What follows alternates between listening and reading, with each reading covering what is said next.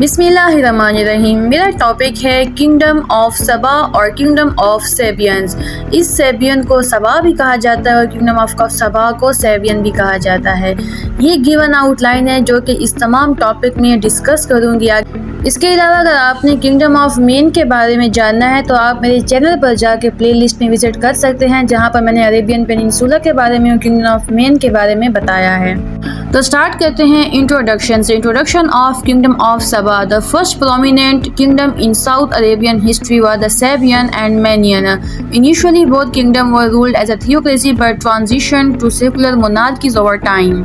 कहा जा रहा है कि अरेबियन पेनिनसुला के साउथ में जो सबसे प्रोमिनेंट किंगडम्स गुजरे हैं वो किंगडम ऑफ सबा था and kingdom of Minaean. Kingdom of Minaean की वीडियो मैं बना चुकी हूँ। तो इन दोनों किंगडम के स्टार्टिंग में जो रूलर हुआ करते थे वो थियोक्रेट्स हुआ करते थे, मतलब कि थियोक्रेसी हुआ करती थी। थियोक्रेट्स वो होते हैं जो जैसे हमारे मौलवी हो गए, हिंदुओं के पंडित हो गए, तो उनका उस वक्त जो रिलीजन था उसी के मुताबिक वो अपने रिलीजन वाले डोमिनेंट बंदे को उठा के रूलर बना देते थे। लेकिन वक्त के साथ साथ ये दोनों किंगडम्स जो हैं ये सेकुलर मोनार्कीज में तब्दील हो गई, मतलब कि हायरार्की में तब्दील हो गई। और इन किंगडम की जो गवर्नमेंट थी वो फिर बाद में टाइम के साथ साथ एक ही ख़ानदान में रह गई और मोनार्की मतलब कि थियोक्रेट से मोनार्क की तरफ आ गए। एक मोनार्क रूल किया करता था इन तमाम किंगडम्स को।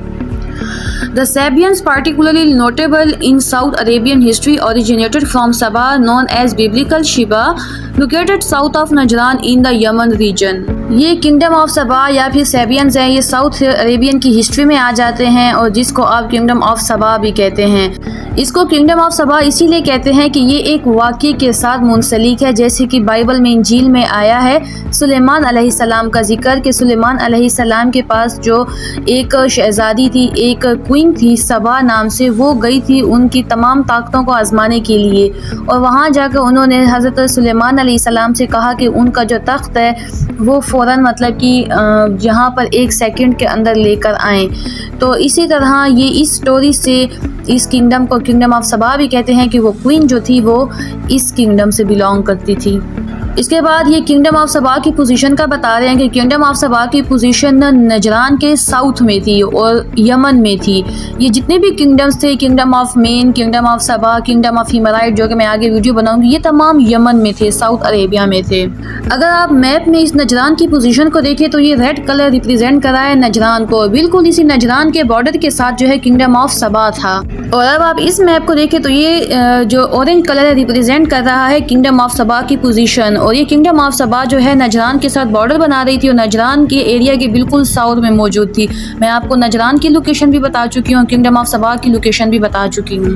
अब अगर बात की जाए Sabaean kings and Sabaean kingdom की, during their prime the kings of Saba expanded their influence over the South Arabia, subjugating the neighbouring Minaean kingdom as vassals. जैसे कि मैंने आपको अपनी पिछली वीडियो किंगडम ऑफ मेनियन में बताया है कि किंगडम ऑफ मेनियन के डिक्लाइन की वजह ये थी कि किंगडम ऑफ सबा ने इन्वेड कर दिया था, मतलब कि किंगडम ऑफ मेनियन को ख़त्म कर दिया था और उसकी जगह kingdom of Sabaean kingdom of सबा बन गई थी। तो इसी तरह जैसे किंगडम ऑफ मेनियन को किंगडम ऑफ सबा ने फ़तह किया, इन्वेड किया, तो उसी के साथ साथ उसका इन्फ्लुएंस काफ़ी बढ़ गया है, क्योंकि ट्रेड रूट पर भी सारे वही किंग्स जो थे सबा के वो हावी हो गए थे, सारे वही डोमिनेट हो गए थे। उसके साथ साथ जितने भी बाकी एरियाज थे उन पर भी किंगडम ऑफ सबा ने अपना इन्फ्लुएंस डालना स्टार्ट कर दिया था। Sirwa was like the main city of Sabah and it had a big temple like the temple of Al-Makkah which was all about worshipping the moon god. अब जिस तरह हमने किंगडम ऑफ मेन के बारे में पढ़ा था कि उसका कैपिटल कारना था, तो वैसे ही किंगडम ऑफ सबा का जो कैपिटल था वो सिरवा कहलाता है, जो कि यमन में मौजूद है। और इसी सिरवा के अंदर एक बहुत बड़ा टेंपल हुआ करता था जिसको आप अल-मक्का के नाम से जानते हैं। ये उन तमाम लोगों का टेंपल हुआ करता था जो कि किंगडम ऑफ सबा में मून गॉड की पूजा करते थे, मतलब कि जो मून को गॉड समझते थे वही लोग इस टेंपल में जाया करते थे और ये उन्हीं का टेंपल हुआ करता था। अगर आप मैप में देखें तो आपको इस यमन के एरिया में सिरवा का मकाम नज़र आ रहा होगा, जो कि वाइट डॉट से सिरवा रिप्रेजेंट कर रहा है। और इसी सिरवा के अंदर ये वो अल-मक्का टेंपल है जहाँ पर तमाम लोग इकट्ठा हुआ करते थे जो कि चांद को अपना खुदा समझते थे। ये अल-मक्का का टेंपल है। अब आ जाते हैं द ग्रेट डैम ऑफ मारेब के बारे में और कुछ मारेब के बारे में मज़ीद डिस्कशन भी करेंगे जो एक रीजन कहलाता है। During the second period of Sabaean kingdom Around 610 BC to 115 BC, the ruler no longer had a priestly role and Mareb became the capital city. अब जैसे कि मैंने आपको बताया कि पहले सेबियन किंगडम का जो कैपिटल था वो सिरवा कहलाता था और ये सिरवा तब तक कैपिटल ऑफ किंगडम था जब तक प्रिस्टली रोल था, मतलब कि जब तक थियोक्रेट्स जो थे वो रूल कर रहे थे। लेकिन जैसे ही थियोक्रेट्स से जो मोनार्क है उसने रूलिंग स्टार्ट की तो ये जो कैपिटल है सिरवा से तब्दील होकर मारेब बन गया। मारेब जो है वो आजकल भी काफ़ी मॉडर्न सिटी है, यमन में मौजूद है। अगर आप इस मैप में देखें तो ये मैप रेड पॉइंट से मारेब की पोजीशन को हाईलाइट कर रहा है। सना जो है उसके बिल्कुल साथ मारेब सिटी जो है वो आबाद है। Located 3,900 feet above sea level, Mareb was a crucial trade hub connecting the Frankish region with the Mediterranean ports like Gaza. अब ये जो मारेब था ये किंगडम ऑफ सबा के लिए बहुत ही इम्पोर्टेंस रखता था। ये 3,900 फीट अबव था सी लेवल से और ये इसीलिए इम्पोर्टेंट था मारेब क्योंकि ये एक ट्रेड हब था और यही मारेब जो था ये फ्रैंक इंसेंस रीजन्स को मेडिटेरियन पोर्ट्स के साथ मिलाता था, जैसे कि मेडिटेरियन पोर्ट में गज़ा आ गया। और ये फ्रैंक इंसेंस रीजन्स वो हैं जहाँ पर काफ़ी ज़्यादा मिकदार में इंसेंस मिलता है और ये इंसेंस परफ्यूम बनाने में भी यूज़ होता है और काफ़ी मेडिसिन बनाने में भी यूज़ होता है। तो इसीलिए जब ये इंसेंस को ट्रेड किया करते थे तो जितने भी गुड्स थे, जितनी भी कमोडिटीज़ की एक्सचेंज थी वो मारेब में हुआ करती थी क्योंकि मारेब ट्रेड हब हुआ करता था। तो अगर आप इस मैप को देखें तो जितने भी ये फ्रैंक इंसेंस वाले एरिया थे वो ओमान में थे। तो ये जो ओमान वाले ट्रेड करते थे इंसेंस को तो वो मारेब की तरफ आते थे क्योंकि उस वक्त मारेब भी ट्रेड हब हुआ करता था। इसी के साथ साथ अगर आप रेड सी के ऊपर देखें, ऊपर चले जाएं तो मेडिटेरियन सी आ जाता है। उसी मेडिटेरियन पोर्ट से जो लोग थे वो यहीं पर मारेब आया करते थे ट्रेड पर्पसेस के लिए, इंसेंस ख़रीदने के लिए और बाकी कमोडिटीज़ को एक्सचेंज करने के लिए। Mareb was famous for its three forts mentioned by Al-Hamdani in Jalil, but its most well-known structure was an amazing dam called Saad Mareb. अब इसमें ये कहा जा रहा है कि मारेब उस वक्त के ज़माने में काफ़ी फेमस था और आजकल भी अगर हिस्टोरिकल चीज़ों में देखा जाए तो मारेब के जो 3 फोर्ट्स हैं वो ज़्यादा फेमस हैं और इन फोर्ट्स के अलावा जो बहुत ज़्यादा फेमस है वो मारेब का डैम है जो साद मारेब कहलाता है। और ये जो मारेब डैम है और 3 फोर्ट्स के बारे में इस बुक में लिखा गया है, अल-हमदानी इन जलील कहलाती है, जिसमें अरब की तमाम हिस्ट्री का जिक्र भी किया गया है जितने भी अरब में किंगडम गुजरे हैं। ये उन किलों की तस्वीर है जो आजकल मारेब में मौजूद हैं और काफ़ी हिस्टोरिकल इम्पोर्टेंस रखते हैं। इसके अलावा जो मारेब डैम है काफ़ी फेमस है, तो ये वो मारेब डैम है जो कि किंगडम ऑफ सबा के दौर में बनाया गया और काफ़ी बार इसको जो है तोड़ा भी गया लेकिन दोबारा इसको रीबिल्ड किया गया। The Saad Mareb, constructed around the mid-7th century before Christ, was believed to be built by the Samu'aleh Yanuf and his son Yasa Amr Bain. Later on, it underwent repairs by the Sharabi al-Yafur in 449 to 450 AD and by Abraha the Abyssinian in 543 AD.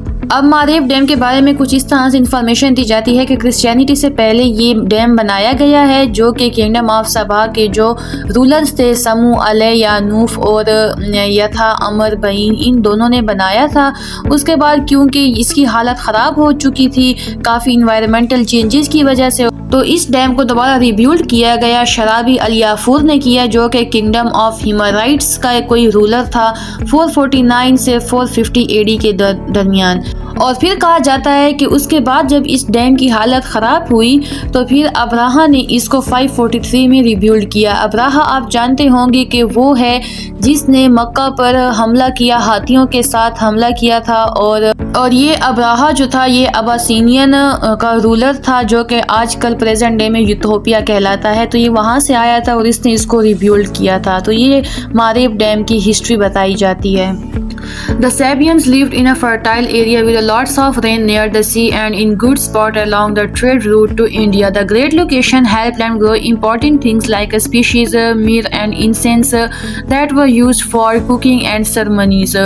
Their land was also a busy trading center where they got goods like pearl, fabrics, silk, slaves and gold from places like India, China and Ethiopia. जैसे कि मैंने आपको अपनी पिछली video geography of Arabian peninsula में बताया था कि Arabian peninsula almost desert area है, लेकिन अरेबियन पेनिनसुला के जो साउथ वेस्ट है वहाँ पर कुछ माउंटेन रेंजेस हैं। उसी के साथ जिस एरिया में किंगडम ऑफ मेन और किंगडम ऑफ सबा और किंगडम ऑफ हिमाराइट्स थे वो एरिया कहलाता है स्प्रिंग वाटर एरिया, मतलब कि वहाँ पर काफ़ी ज़्यादा वाटर रिसोर्सेज हैं। तो इसीलिए जो सेबियन थी उनकी ज़मीन जो थी काफ़ी फर्टाइल थी। जहाँ पर पानी आ जाता है तो वहाँ पर ज़मीन जो है फर्टाइल हो जाती है और वहाँ पर काफ़ी ज़्यादा बारिशें वगैरह भी हुआ करती थी।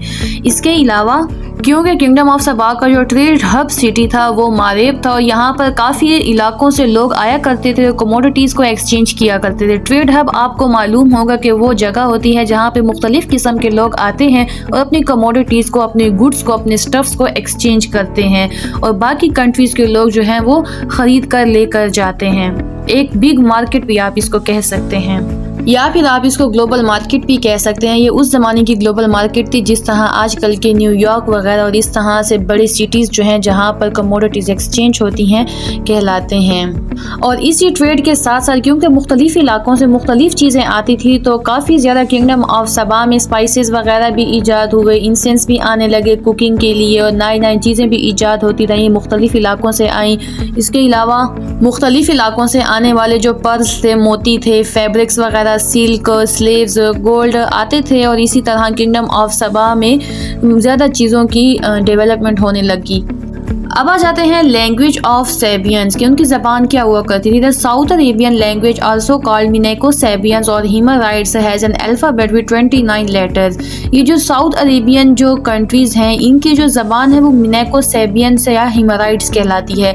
मिनेको आपको मालूम है कि किंगडम ऑफ मेन और सेबियन किंगडम ऑफ सबा और हिमराइट किंगडम ऑफ हिमराइट्स, इन तीनों ज़बानों को मिलाकर जो है एक लैंग्वेज डेवलप की गई है जिसको मिनेको सेबियन या हिमराइट्स कहते हैं और इसके 29 लेटर्स हैं, मतलब 29 अल्फ़ाबेट्स हैं इसमें पाए जाते हैं। तो जिस तरह से आजकल के ज़माने में हमारी इंग्लिश है तो सेम उसी ज़माने में मिनेको सेबियन या हिमराइट्स ज़बान को काफ़ी फेम हासिल था और ये वो तमाम लेटर्स हैं जो मिनेको सेबियन या हिमराइट्स लैंग्वेज में यूज़ किए जाते हैं।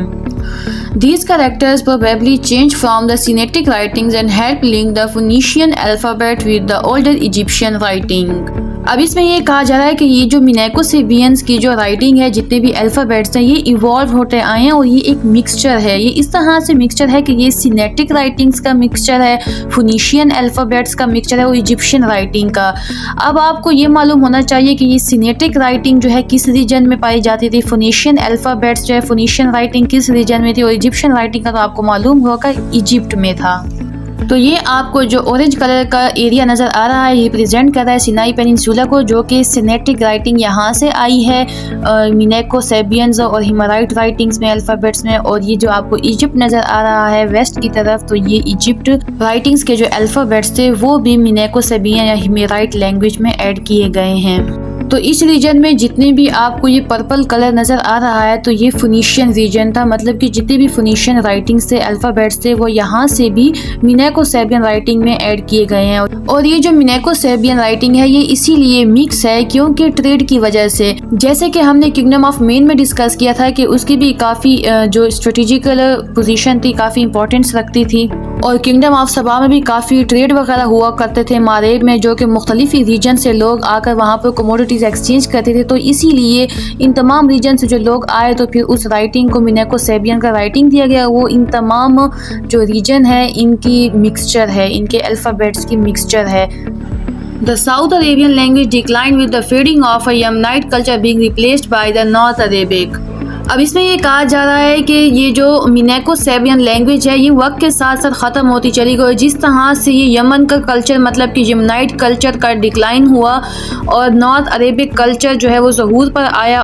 और ये नॉर्थ अरेबिया का ज़हूर तभी आया जब मक्का में जो है वो जमज़म का कुआं बना, वहाँ पर एक ऐसा पॉइंट बना जहाँ पर पानी ईजाद हुआ। तो लोग क्योंकि ट्रेडिंग पर्पस के लिए वो रूट्स इस्तेमाल किया करते थे, तो फिर वहीं पर जो मक्का का पॉइंट है वहाँ पर जमज़म का जो कुआं है वहाँ पर लोग रहने लगे और इसी तरह वो जगह आबाद होने लगी। और इसी के साथ साथ वो जितने भी पॉलीथीस्टिक थे उनको काफ़ी फ़ायदा हुआ क्योंकि लोग वहाँ पर आके रिजाइड करते थे। तो इसी तरह वक्त के साथ साथ नॉर्थ अरेबिक कल्चर जो है वो डोमिनेंट होता चला गया और जब नाइट कल्चर जो है जो यमन में लोग आबाद थे वो वक्त के साथ साथ डिक्लाइन की तरफ चलता गया। तो इसी तरह जो पावर है वो भी साउथ अरेबिया से नॉर्थ अरेबिया की तरफ शिफ्ट हो गई। फिर आ जाते हैं power shifted from south Arabia to north Arabia. The north Arabia had a big literary events, went on yearly trips to Kaaba and had a strong trade connection with Makkah. These things made them switch to speak a North Arabic faster. जैसा कि मैंने आपको कहा कि power जो थी वो वक्त के साथ साथ साउथ अरेबिया से जो है नॉर्थ अरेबियन में कन्वर्ट हो गई, शिफ्ट हो गई। वो इसीलिए हुई जैसे ही काबा बना तो काबा के लिए लोग जो हैं आल्दो उस वक्त पॉलीथिस्टिक लोग रहते थे तो हर साल जो है लोग वहाँ पर काबा जाया करते थे, तवाफ़ किया करते थे वहाँ, क्योंकि जमजम का कुआं भी था तो उसी पानी के साथ जो है लोग रिजाइड करते थे, रहते थे। और इसी के साथ साथ फिर वो जो मक्का था वो भी ट्रेडिंग हब बन गया। वहाँ पर काफ़ी लोग आते थे, कल्चर्स एक्सचेंज होते थे, कमोडिटीज़ एक्सचेंज होते थे और इसी तरह जो नॉर्थ अरेबियन से वो साउथ अरेबियन से आगे चले गए। तो decline of kingdom of Sabaeans पे किंगडम ऑफ सबा पर आ जाते हैं। The Himyarites from the Raydan region became stronger around 200 CE may be because of trade. They first conquered Qataban then later attacked and defeated Saba after establishing their rule. तो जैसे मैंने आपको map में दिखाया था किंगडम ऑफ सबा की position, तो Yemen में किंगडम ऑफ सबा के साथ साथ एक किंगडम ऑफ कातबन जो है वो भी रहते थे, किंगडम ऑफ कातबन भी थी। तो एक एरिया है यमन में राइदान, वहाँ से ये हिमराइट्स जो हैं ये इमर्ज हुए। उन्होंने सबसे पहले जो किंगडम ऑफ कातबन थी उसको कनकर्ड किया, उसके बाद इस किंगडम के बाद किंगडम ऑफ सबा को इन हिमराइट्स ने कनकर्ड किया। और इसी तरह जैसे ही एक्सटर्नल इन्वेशन से ये किंगडम ऑफ सबा जो है डिक्लाइन की तरफ चली गई और एक और नई किंगडम उभर कर आई जिसको आप किंगडम ऑफ हिमराइट कहते हैं, जिसको हिस्ट्री में काफ़ी इंपॉर्टेंस हासिल है। और ये किंगडम ऑफ हिमराइट्स जो है मैं अपनी नेक्स्ट वीडियो में डिटेल से बताऊंगी। तो अगर आपने किंगडम ऑफ हिमराइट्स के बारे में जानना है तो आप मेरे चैनल पे प्ले लिस्ट पर जाके इस्लामिक हिस्ट्री के नाम से वहाँ पर विजिट कर सकते हैं। तो ये सारा जो था किंगडम ऑफ सबा के बारे में इंफॉर्मेशन थी कि वो किस तरह से राइज हुए और किस तरह से डिक्लाइन की तरफ आए। तो ये सारी आउटलाइन में कवर कर चुकी हूँ। इसके अलावा अगर आपको किसी चीज़ की समझ नहीं आई तो आप कमेंट कर सकते हैं। वीडियो को लाइक कर दीजिएगा, शेयर कर दीजिएगा एंड चैनल को सब्सक्राइब कर दीजिएगा। बहुत शुक्रिया। अल्लाह हाफिज़।